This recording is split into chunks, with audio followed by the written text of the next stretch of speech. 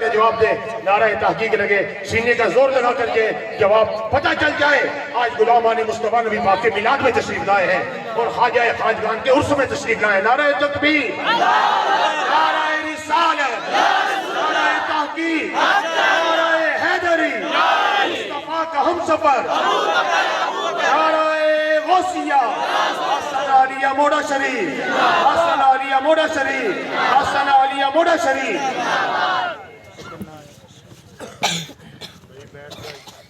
بسم اللہ الرحمن الرحیم. الصلاۃ والسلام علیک یا سیدی یا رسول اللہ وعلی آلک واصحابک یا سیدی یا حبیب اللہ. اچھا سارے کو گئے, بولنا کسی کو نہیں.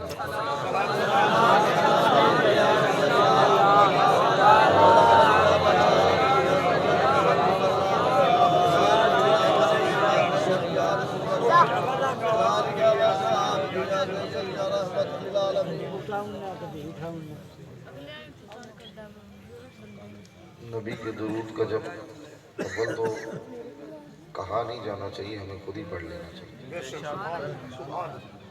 اب اگر میں اس پر بات کروں گا تو پھر وقت اتنا وسیع نہیں ہے کہ کوئی بات کی جائے.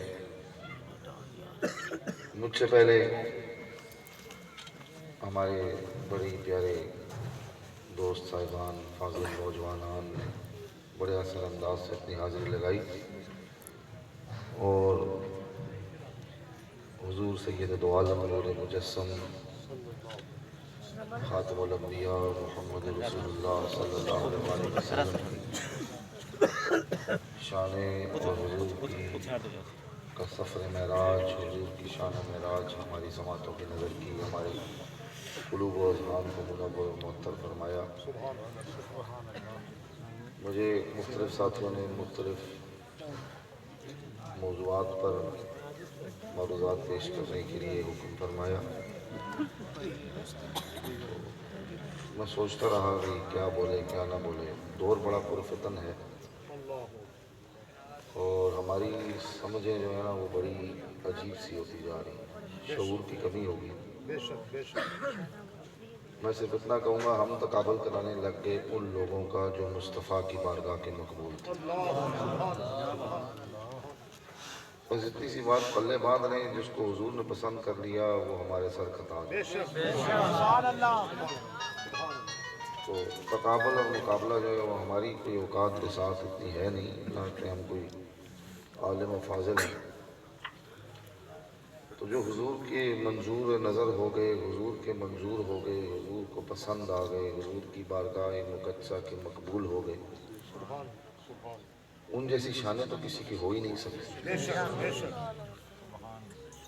تو میں بہت سی باتیں سوچتا رہا. مجھ سے پہلے حضرت صاحبزادہ قاسم چاند صاحب نے, پھر عمر فاروق صاحب نے بڑے احسن انداز سے اپنی حاضریاں لگائی اور حضور کی شان بیان فرمائی. میں آپ سے ایک سوال پوچھتا ہوں, اللہ کو مانتے ہو نا, کیونکہ ایمان کے لیے لازم ہے خدا کی وحدانیت کا اقرار کرنا, یہ ایمان کے لیے لازم ہے. میں زور لگا کے آج نہیں بولوں گا کہ پچھلے 8 دنوں سے سفر کر رہا ہوں اور زور ہی لگا رہا, زور ختم ہوا. خدا کی وحدانیت کا اقرار, اللہ کو ماننا, ایمان کی شرط ہے. جنت, دوزخ, ملائکہ, مقربین, فرشتے, عاملین عرش, قیام قیامت, ہر شے پر ایمان رکھنا, یہ ایمان کی شرائط ہے. ایمان ان کے بغیر مکمل نہیں ہو سکتا. میں آپ سے یہ پوچھتا ہوں, اللہ کو واحد و یکتا مانتے ہو, دیکھا ہے؟ اللہ کو دیکھا ہے؟ فرشتوں کو مانتے ہو, دیکھا ہے؟ وہ الگ بات ہے کہ آج کل ہمارے کچھ لوگ جو ہیں وہ کرامتیں لکھ دیتے ہیں اپنے پیروں کی. پیر صاحب کے پاس جبریل آ گئے, پیر صاحب کے پاس فلاں فرشتہ آ گیا, پیر صاحب کے پاس فلاں فرشتہ آ گیا. وہ ان کی اپنی عقل کے اوپر پتھر پڑے ہوئے ہیں, ان کو سمجھ سوجھ بوجھ اور شعور ہے نہیں, بس لکھ دیتے ہیں. عاملین عرش, مقربین, ملائکہ, فرشتوں کو مانتے ہو, دیکھا ہے؟ باقی سب نے دیکھا ہوا جو وہ نہیں بول رہے، صرف ایک دو صاحب بول رہے ہیں۔ خدا کو مانتے ہو؟ خدا کو دیکھا ہے کہ وہ واحد یکتا ہے، پھر کیسے مان لیا کہ وہ واحد یکتا ہے؟ ایک ہی بندہ بولا ہے جس کو پتا تھا، کسی منوانے والے نے منایا نا، کسی منوانے والے نے ہمیں منوا دیا کہ اللہ واحد و یکتا ہے، وہی عبادت کے لائق۔ خدائے بزرگ و برتر نے کم و بیش 1,24,000 انبیاء مبعوث فرمائے، ارسال فرمائے۔ میری اس منوانے والے نے منوا لیا، اس بات کو ذہن میں رکھنا۔ سارے نبی اپنے اپنے دور نبوت میں آتے رہے، جلوگر ہوتے رہے، خدا کی وحدانیت کا پیغام دیتے رہے۔ لطیف بات یہ کہ ہر نبی جس کو اللہ نے جس قوم کی طرف جس دور نبوت میں مبعوث فرمایا، رسول اپنے ارسال فرمائے، سارے نبی ایک محدود مدت، ایک محدود وقت کے لیے جو اللہ کریم نے ان کے لیے پسند فرمایا، اس دور نبوت میں آتے گئے، اپنے اپنے دور نبوت میں، اور ایک مخصوص قوم کی طرف اللہ جل شانہ نے اپنے انبیاء کو بھیجا۔ سارے نبی آدم صفی اللہ سے لے کر عیسیٰ روح اللہ تک سب نبیوں نے اعلان نبوت کا بھی کیا، خلافت کا بھی کیا، اور خدا کی وحدانیت کا پیغام بھی دیتے رہے۔ سبحان اللہ۔ اچھا، قوم آگے سے سوال کرتی رہی کہ جس اللہ کی وحدانیت کا پیغام دے رہے ہو، جس خدا کی عبودیت الوہیت کا پیغام دے رہے ہو، کیا اس کو دیکھا بھی ہے؟ سارے نبی یہی کہتے رہے، دیکھا نہیں ہے، سنا ہے۔ کیا کہتے رہے؟ دیکھا نہیں، سنا ہے۔ ابراہیم خلیل اللہ سے سوال ہوا، آپ نے فرمایا دیکھا نہیں، سنا ہے۔ موسیٰ کلیم اللہ سے یہی سوال ہوا جب انہوں نے خدا کی وحدانیت کا اعلان کیا، قوم نے سوال کیا کیا دیکھا ہے جس کی وحدانیت کا کہہ رہے ہیں؟ موسیٰ کلیم اللہ نے فرمایا نہیں دیکھا تو نہیں، ہاں دور پر گیا تھا، دور پر گیا، ایک تجلی نور کو دیکھا۔ اچھا، یہاں پہ لوگ کہہ دیتے ہیں جی کہ موسیٰ علیہ السلام بے ہوش ہو گئے، معاذ اللہ، بے ہوشی ایک عیب ہے اور نبی عیب سے پاک ہے۔ میری بات یاد رکھیے، بے ہوشی عیب ہے اور نبی عیب سے پاک ہوتا ہے۔ تو موسیٰ کلیم اللہ نے فرمایا ہاں دور پر گیا، ایک تجلی نور کو دیکھا، فرت شوق و محبت اسی میں کھو گئے۔ ایسے لفظ استعمال ہوتا ہے نبی کی شان۔ آج کل تو ہمارے نقیب خطیب اور کیا کہتے ہیں، خاص طور پہ زرق بھرق کپڑے پہن کر تیار ہو کر سرخی پاؤڈر لگا کر آ جانے والے نعت خوان تو سمجھتے ہی نا کہ لفظ کون سا بولنا ہے کون سا نہیں بولنا۔ کل مجھے اس نے بتایا کہ نعت خوان پتہ نہیں نعت پڑھا تھا کہ ساڑھے کیڑے چل دینا ٹرک کے لاہور ٹرک سونے پتہ نہیں اس طرح بے جاہل۔ مجھے تو اس بات پہ افسوس ہوتا ہے آگے سننے والے بھی ویسے ہی، بس جزاک اللہ بیٹا پیسے نہیں پھینکتے بھائی، اصلاح کے لیے روکو ان کو، بھی کیا تو کیا بول رہے تھے، طبیعت اور دماغ درست ہے، ہوش ٹھکانے ہیں، کس کی شان بیان کر رہے ہیں جس کی عزت اور منزلت اللہ نے پورے قرآن میں بیان کر دی۔ خدا سے زیادہ حضور کس کو محبوب ہوں گے، پر اللہ نے بھی کبھی کسی بے تکلفی سے اپنے محبوب کو نہیں پکارا۔ تم نے نعت کے اندر ٹرک موٹر وے جی ٹی روڈ سارا کچھ گھسیڑ دیا، آگے عوام ویسی ہے، ہاتھ جاؤ سارے مدینے چلے جاؤ، اور تم ہاتھ اٹھانے سے ادھر ہی رہو گے، کہیں نہیں جاؤ گے۔ عمل اور محبت مصطفیٰ اور غلامی مصطفیٰ سے مدینے جاؤ گے۔ تو موسیٰ کلیم اللہ نے فرمایا دیکھا نہیں، طور پر گیا، ایک تجلی نور پر نظر پڑی، وہی اسی میں عیسیٰ روح اللہ نے اعلان فرمایا خدا کی وحدانیت کا، فرمایا وہ واحد و یکتا ہے، وہی عبادت کے لائق ہے۔ قوم نے پھر وہی سوال کیا کہ اس کی وحدانیت کا اعلان کر رہے، کیا اس کو دیکھا ہے؟ فرمایا نہیں، تیسرے آسمان تک گیا ہوں، اوپر آگے رسائی نہیں سکی، دیکھ نہیں سکا۔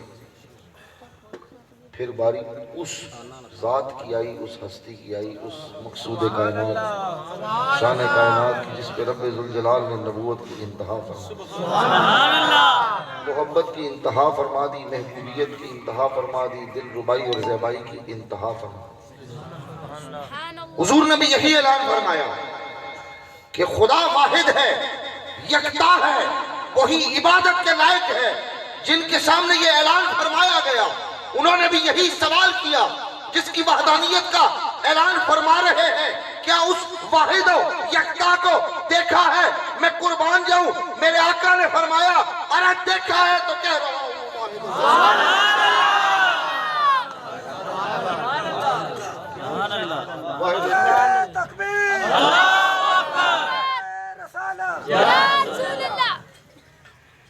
مجھ سے پہلے صاحبزادہ صاحب نے بڑے احسن انداز سے بیان فرمایا نا کہ جو قربت اللہ کی اور حضور کی دیدار، انہوں نے آیت پڑھی سبحان الذی اسری بعبدہ، پاک ہے وہ ذات۔ کون سی ذات؟ الحمدللہ رب العالمین الرحمن الرحیم، وہ ذات محبوب کو اپنے پاس لے گی اور دیدار کرے۔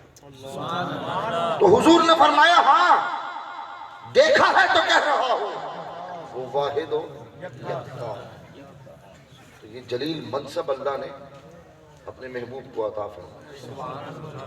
پھر جو حضور کی بارگاہ کے مقبول ہو گئے وہ ہم سب کے سروں کے تاج ہو گئے، چاہے وہ حضور کے صحابہ ہیں، چاہے وہ حضور کی آل بیت ہیں۔ تمہارے میرے کسی سوال جواب یا بحث مباحثے کی گنجائش نہیں ہے، اور نہ یہ کہنے کی ضرورت ہے جی فلاں کو بیان کریں، فلاں کو بیان کریں، فلاں کو بیان کریں، پتہ چلے۔ تمہیں مجھے کیا پتہ چلے گا؟ 1400 سال پہلے نبی بتا گئے ہیں، بس ختم بات۔ تو اللہ نے جس دل ربائی، جس زیبائی کے ساتھ حضور کو مبعوث فرمایا، نہ وہ عزت و منزلت پہلے کسی کو ملی، نہ اب ملی، نہ ملے گی، نہ کبھی مل سکتی۔ اب آخری بات سنو، بڑی لطیف اور بڑی آخر۔ حضور نے بتایا میں نے دیکھا ہے تو کہہ رہا ہوں وہ واحد ہے، یکتا ہے، وہی عبادت کے لائق ہے۔ اللہ کی ذات علیم و خبیر ہے، علیم و خبیر، ہر شے کو جانتا ہے، ہر شے کی خبر رکھتا ہے۔ کیا اس کو نہیں پتا کہ میں کیا ہوں، میں کیا کر رہا ہوں؟ یا آپ لوگ جو یہاں بیٹھے ہیں کہ آپ لوگوں کے احوال اللہ سے پوشیدہ ہیں، وہ سب جانتا ہے۔ یہ ہم ہی ڈاج دے رہے ہوتے ہیں، یہ ہم ہی ڈاج دینے کی کوشش کرتے ہیں۔ اللہ علیم و خبیر ہے، ہر شے کو جانتا ہے، سنتا ہے، ہر شے کو دیکھ رہا ہے۔ اللہ نے اپنے محبوب کی عزت اور منزلت کو ہر جگہ پہ ظاہر فرمایا۔ اس جہان آب و گرد میں، کائنات ہست و بود میں بھی حضور کی عزت و منزلت کو ظاہر فرمایا۔ قبر میں بھی 2 سوالوں کے بعد تیسرا اپنے محبوب کی عزت و منزلت کا ظاہر فرمایا۔ برزخ میں بھی اپنے محبوب کی عزت و منزلت کو ظاہر فرمایا، اور حشر میں بھی اللہ نے اپنے محبوب کی عزت و منزلت کو ظاہر فرمایا۔ اللہ تو علیم و خبیر ہے، ہمارے احوال اور ہمارے اعمال اس سے چھپے ہوئے نہیں۔ پھر سوچو کہ یہ میدان محشر کیوں سجایا جا رہا ہے؟ یہ سوچنے کی بات ہے کہ محشر کا میدان کیوں سج رہا ہے؟ ہماری تعالیٰ تو جانتا ہے، علیم و خبیر ہے، ہر شے کا علم رکھتا ہے۔ ہمارے احوال تیرے حضور میں پیش ہے، ہمارے اعمال تیرے حضور میں پیش ہے، پھر بھی میدان محشر سج رہا ہے۔ تو خالق ہے، مالک ہے، جسے چاہے اٹھا کر جہنم میں ڈال دے، جسے چاہے اپنے رحم و کرم سے جنت کی طرف بھیج دے۔ کوئی سوال جواب کرنے والا تو نہیں نا وہاں؟ کوئی ہے جو یہ کہہ سکے کہ میں سوال جواب کی نشست کروں گا؟ یہ تو اللہ کے کرم و احسان ہے، جس کو پار لگائے جنت میں بھیجے، جس کو جاؤ حشمت میں بھیجے، جس کو اٹھا کر جہنم میں پھینک دے۔ کچھ سوال کرنے والا نہیں۔ باری تعالیٰ تو علیم و خبیر ہے، پھر بھی تو نے میدان محشر کیوں سجایا؟ تو جواب ایک ہی ملے گا، میدان محشر سجنا ہے محبوب میں جلوہ افروز ہونا۔ اگر میدان محشر نہ سجے تو لوائے حمد کس کے ہاتھ میں ہو؟ اگر میدان محشر نہ سجے تو کوثر کے جام کون پلائے؟ اگر میدان محشر نہ سجے تو کون میزان پہ آ کر گنہگاروں کی شفاعت کرائے؟ اگر میدان محشر نہ سجے تو جہنم میں جاتے ہوں کو نکال کر جنت میں سبحان اللہ ظاہر کر دیا۔ اللہ تو علیم و خبیر ہے، ہر شے کو جانتا ہے، ہر شے کا خالق و مالک ہے۔ اگر وہ کسی کو جہنم میں بھیج دے، کسی کو جنت میں بھیج دے، کوئی سوال جواب نہیں کر سکتا، پھر بھی محشر کا میدان سجا دیا۔ محبوب کی عزت و منزلت کو ظاہر فرما۔ آقا دو جہاں سید دو عالم نور مجسم محمد الرسول اللہ صلی اللہ علیہ وآلہ وسلم، تاکہ پتہ چلے ساری آدمیت و انسانیت کو کہ یہی وہ ذات ہے جس کے لیے کائنات کو سجایا ہے۔ تو میرے دوستو حضور سے محبت کرو، حضور کی غلامی میں زندگی کا لمحہ لمحہ گزارو، کیونکہ حضور کی محبت اور غلامی ہی ایمان کی جان ہے، شان ہے، اصل ایمان ہے۔ ایمان اور کسی شے کا نام ہے، بس صرف حب مصطفیٰ کا نام۔ اور ہر اس ہستی سے پیار کرو، عقیدت و وفا کرو جو بارگاہ مصطفیٰ کی مقبول ہستی ہے، چاہے وہ حضور کے صحابہ کرام ہیں، حضور کی اہل بیت اطہار ہیں، حضور کی ازواج مطہرات ہیں، حضور کے والدین کریمین ہیں۔ یہ سب ہمارے سروں کا تاج ہے، اس لیے کہ ان کی نسبت اور تعلق در مصطفیٰ کے ساتھ۔ حضور کی وجہ سے یہ عزتیں ملی نا، حضور کی وجہ سے ہی تو یہ عروج عطا ہوا۔ جب حضور سے پیار کرنا ہے تو حضور سے تعلق اور نسبت رکھنے والی ہر ہستی سے پیار کرنا۔ سوال جواب میں ہم نے الجھنا نہیں، کیونکہ الجھانا بڑا آسان ہوتا ہے، بس اپنے عقیدے کو درست رکھو۔ ہر اس ذات سے پیار کرو جس کا تعلق در مصطفیٰ کے ساتھ، جو حضور کے ساتھ تعلق اور نسبت رکھے۔ یقین جانو یہی ہماری نجات کا ذریعہ اور باعث ہے۔ سیف اللہ صاحب نے ماشاءاللہ بڑے اثر انداز سے محفل سجائی، مجھے کہا 11 بجے دعا ہو جائے گی، 11:15 ہو گئے ہیں۔ میں نے ان کو عرض کی تھی میرا سفر بڑا لمبا ہے واپسی کا، انہوں نے نہیں سمجھا۔ اگلے سال میں ان کو 8-9 دن جنوبی پنجاب میں رکھوں گا اور پھر کہوں گا اب آ کے محفل کرو،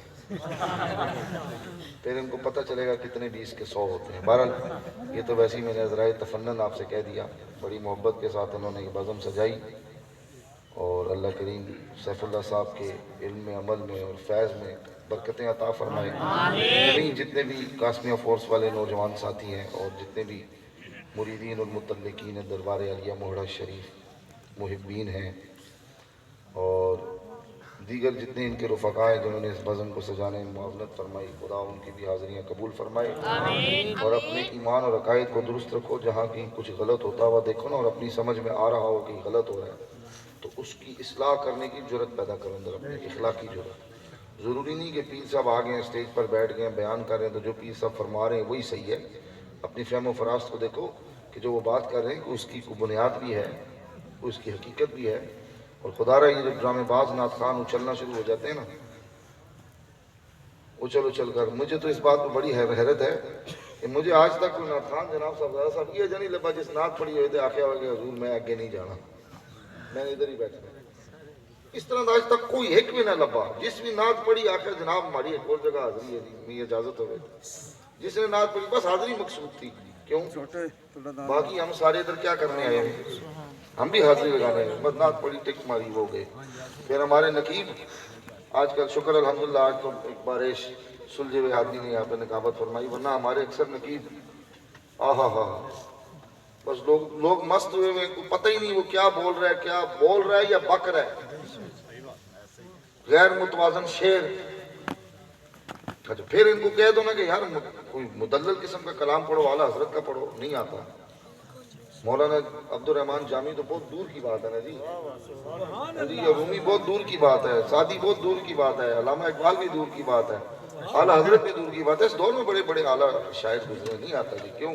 ہم نے تو ٹپے پڑھنے ہیں جس پہ عوام اچھل رہی ہو، جی جس پہ عوام اچھل رہی ہو۔ میں نے آج ویسی گاڑی میں ضمن ایک بات کی، فدا حسین میرے ساتھ تھا، میں نے کہا تھا ہم سارے علی والے ہیں، علی شیر خدا جیسا کون۔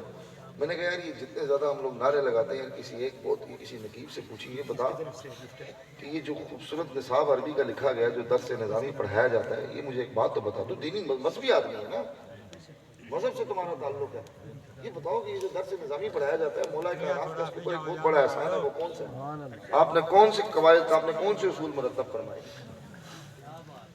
یہ بولے نا ناف جو ہے خاص طور پہ مولا کائنات شیر خدا حیدر کرار آپ نے خود جو ہے وہ مرتب فرمائی۔ یہ کم لوگوں کو یہ بات پتا ہوگی، پی کے بانگ کا پیالہ تو جانے یاد، واہ کیا تھے علی شیر خدا کی شانیں کیا تھی یہ تو پتہ ہی نہیں تمہیں. اور یاد رکھنا آپ اور میں تقابل نہیں کرا سکتے. حضور کی بزم سجی ہوئی ہے, سیدنا صدیق اعظم صدق و وفا کا پیکر, عاشقوں کا امام, ہم نقشبندیوں کا امام بیٹھے ہوئے, اور حیدر کرار شیر خدا علی المرتضیٰ آپ تشریف لاتے ہیں. حضرت سیدنا ابو بکر صدیق اپنی نشست سے اٹھے مولا کائنات کو بیٹھنے کی جگہ دینے کے لیے.